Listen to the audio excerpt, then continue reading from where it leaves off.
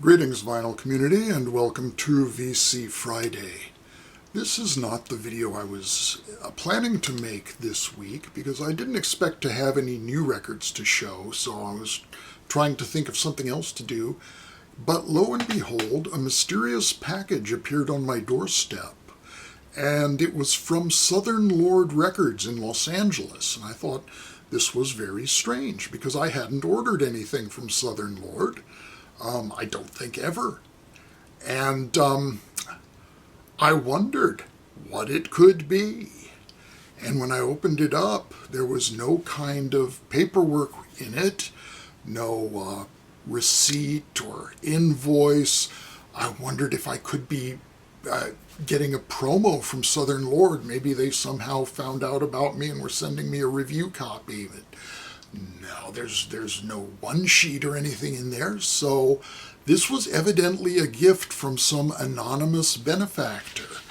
And what it is All Thoughts Fly by Anna von Hauswolf, the Swedish organist and singer and composer. This is her most recent studio album, her fifth studio album, from 2020. There is a live album that has come out since then. And although I think of Anna von Hauswolf as a singer, this is entirely instrumental. This is all solo music for the church organ. And the church organ, of course, is an instrument with a lot of associations. You get a real feeling of solemnity because when you hear the church organ as it's played on here, there are the associations with its original function as an adjunct to worship, and associations with its being played at funerals, and associations with its being, on the other end of the spectrum, used in corny monster movies, and you associate it with Dracula and silly horror. So you get a little bit of both of those ideas when you associate it with the cover, because this is music that is associated or inspired by the giant sculptures at the Garden of Bomarzo in central Italy, also known as the Sacro Bosco, or Sacred Grove, or the Parco dei Mostri, the Park of the Monsters. And this is a park that was commissioned in the 16th century by the Italian nobleman Pier Francesco Orsini, and it sits below his castle, and it's full of giant sculptures of gods and mythological beings, and of course this friendly guy. Now, does this cover ring a bell for you? Because it sure does for me. Are these guys brothers or what? But this is Orcus, a god of the underworld, and on the inside of this giant mouth, which you can go into, is inscribed the words Ogni pensiero vola, or All Thoughts Fly, which is the name of the album. This is a gold vinyl edition. Lovely gold vinyl there. Cool artistic design on the labels and the inner sleeve where you can hardly tell what you're looking at. And I'm stalling for time while trying to get this back into the inner sleeve. And where's the... there. It's got a hype sticker on it that specifies that this is a third pressing, so an album from 2020, but apparently a new edition of it. And the second hype sticker to assure you that it's on gold vinyl. Wonderful, wrong part. Wonderful stuff. This is, as I alluded to before, very solemn, very meditative.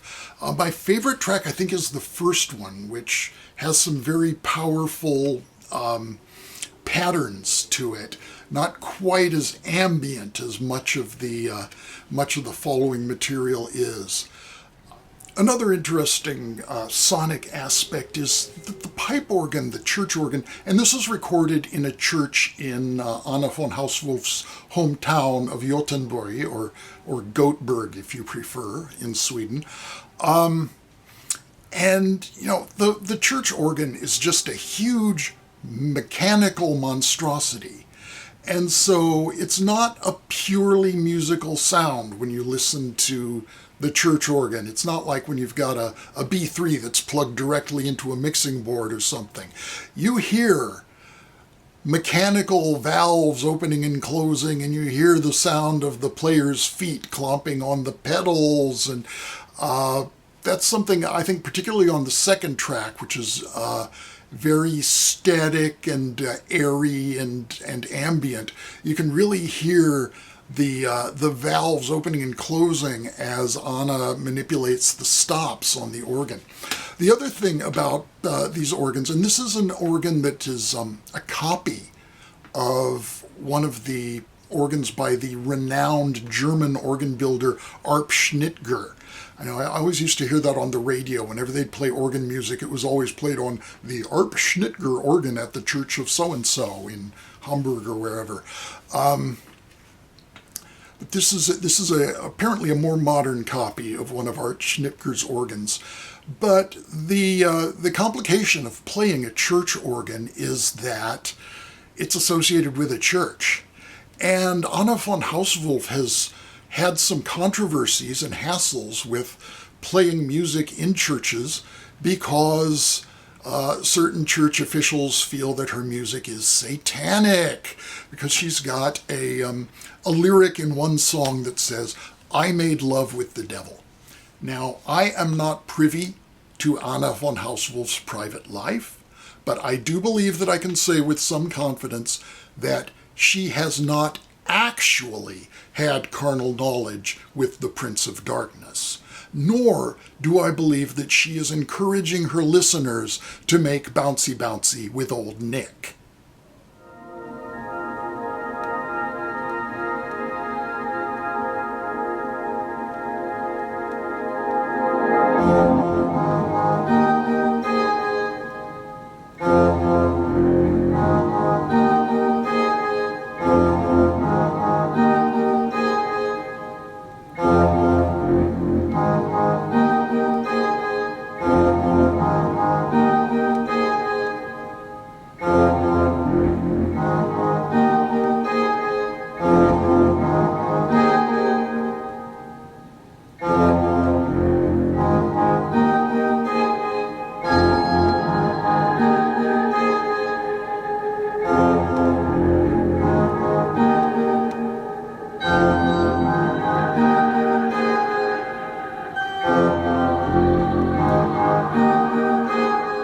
So I was really delighted to receive this in the mail, completely unexpectedly. It is an album I was aware of. It was on my radar, but I did not have it. So great stuff. Thank you very much, anonymous benefactor. Now, as mentioned, I do tend to think of Anna von Hauswolf as a singer, but since she doesn't sing on this album, I thought I'd spend the rest of this video on 5 women singers who do unusual things with their voices. And one name that seems to come up in reading about Anna von Hauswolf is that she gets compared to Diamanda Galas. I'm not sure how apt that comparison is, actually, but I definitely have an interest in talking about Diamanda Galas. She's my homie. She's from my hometown of San Diego, and in fact was born less than a year apart from my birth date. So we've got that in common, at least. She is a maker of music that is deeply intense and politically charged. She lost her brother Philip Dimitri Galas to the AIDS epidemic and became an AIDS activist. This album is a self-titled album on the Meta Language label from 1984 and features her doing features her music at its most extreme and avant-garde. She does have other recordings that are more conventional because her music is associated with, she does some standards. She is influenced by jazz and gospel as well as the avant-garde and experimental side. And there is a clip from her on the Night Music TV program from, I think, 1989, which I highly recommend checking out, where she performs Let My People Go. Do a search on YouTube for Diamanda Galas Night Music, and that's a great clip of her on piano. What is my name? What is my name? What is my name? What is my name? What is your name, darling? What is your name? What is your name, darling? What is your name, baby? What is your name, baby? What is your name, baby? Your name is that of a condemned man. Your name is that of a condemned man. You have no name. I went to a concert by this next artist in San Diego, and the friend I went with pointed out to me that I was standing next to Diamanda Galas, so shows she's got good taste, because the concert we went to was Lene Lovich. And I think not a lot of people realize that Lene Lovich is actually American, at least by birth. She was born in Detroit and moved to England only in her teens. But she also has that Eastern European heritage that comes out in her image. Her name, Lovich, is actually a shortened form of her real name, Premilovich. But she does like to have that kind of Slavic peasant costumery, which I think is really cool. I think it's a very cool image. And there's also the fact that in her arrangements you'll often hear these sort of deep male voices that sounds like the chorus in some Russian opera. But she is another artist who, in a pure pop format, still does some very interesting things with her voice. And an example of that is on the hit single, Birdsong.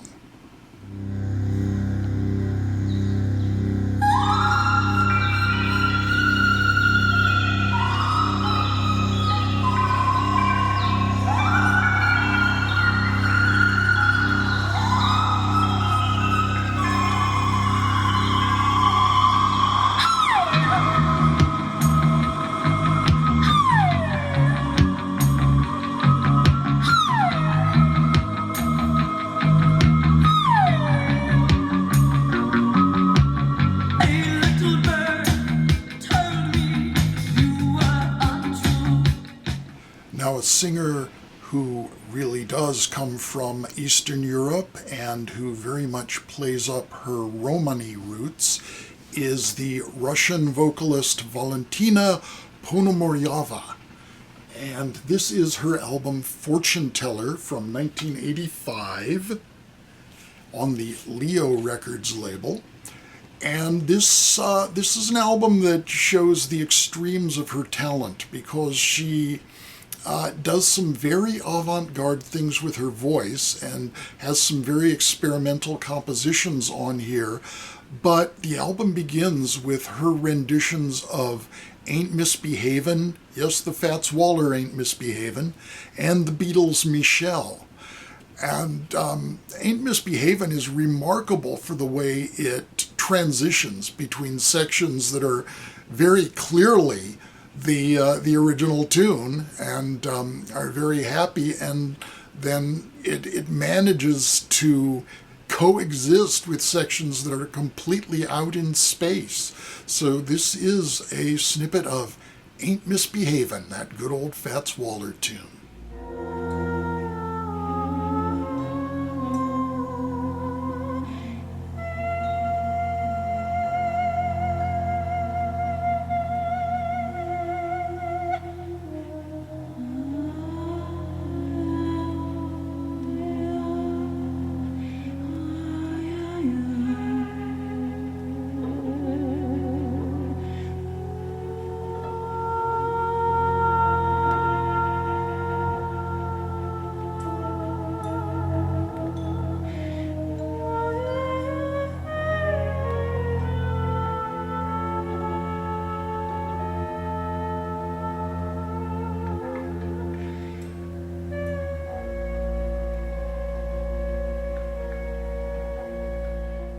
And while we're in the region of Eastern Europe, there is the wonderful Polish singer Urszula Dudziak.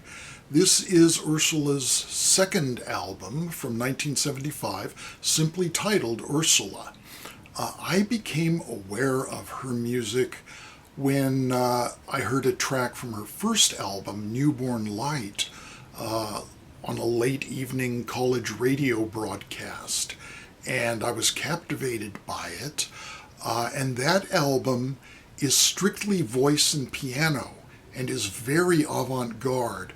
Urszula uses the echoplex and manipulates the controls while singing through it to create unusual doublings and loops and just pitch variations, and sends her voice off into the stratosphere. So that album is totally avant-garde.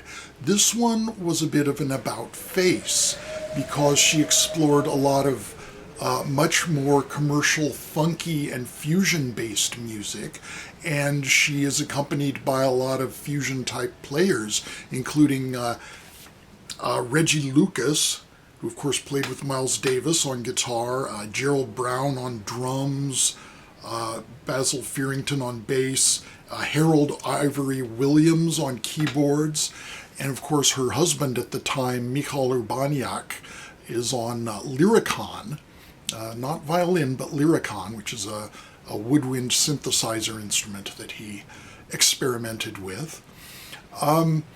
The opening track on this is a very breezy, light, and cheerful, very commercial tune that was released as a single called Papaya.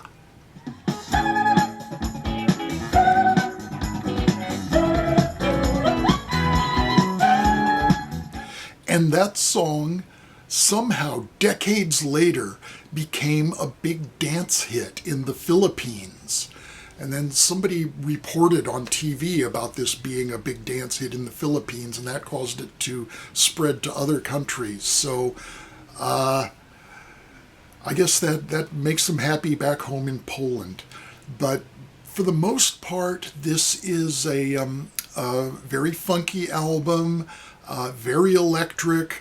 The one track that is a callback to the completely spaced out avant-garde sound of Newborn Light is the central section of a 3-part suite on side 1 that is the main part of side 1. Mosquito, Mosquito Dream, and Mosquito Bite.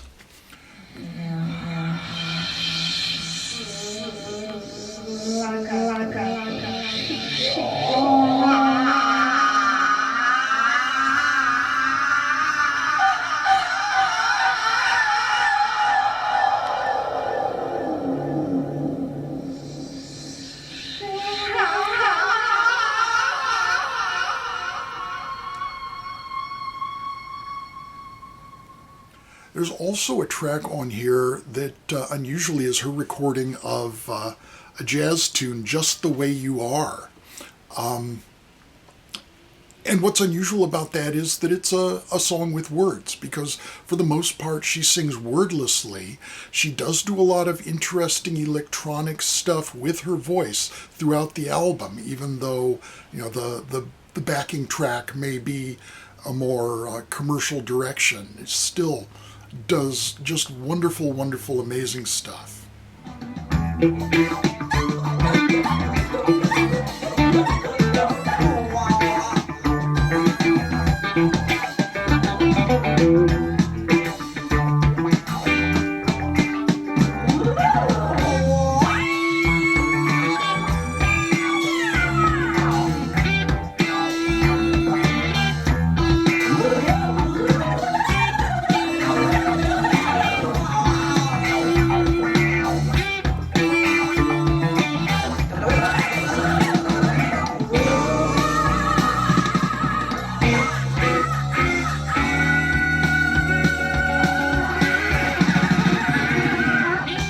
I follow Urszula on Facebook, but I can't understand a word of what's on there because it's all in Polish. But occasionally there's an old concert video clip, which is very cool to see. Finally, I'm going to show an album by Joan La Barbara. This is her album Tape Songs on the Chiaroscuro label from 1977. Joan La Barbara is a pioneer in extended vocal techniques and is also the wife of my electronic music hero Morton Subotnick. So how cool is that?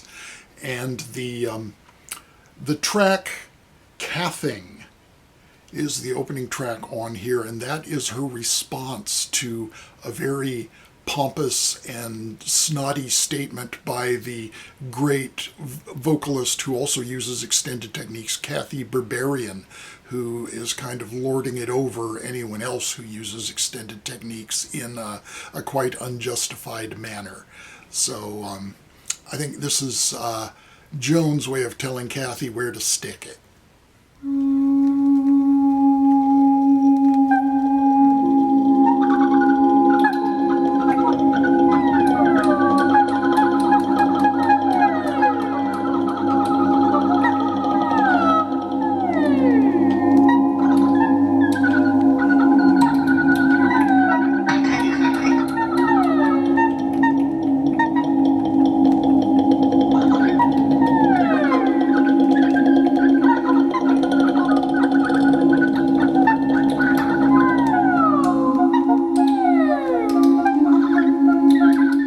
Of course, there are many others I could have shown. I could have named Yoko Ono or Laurie Anderson or Meredith Monk, but that's your lot for today. Go away, go away. Thank you very much for watching. Be well.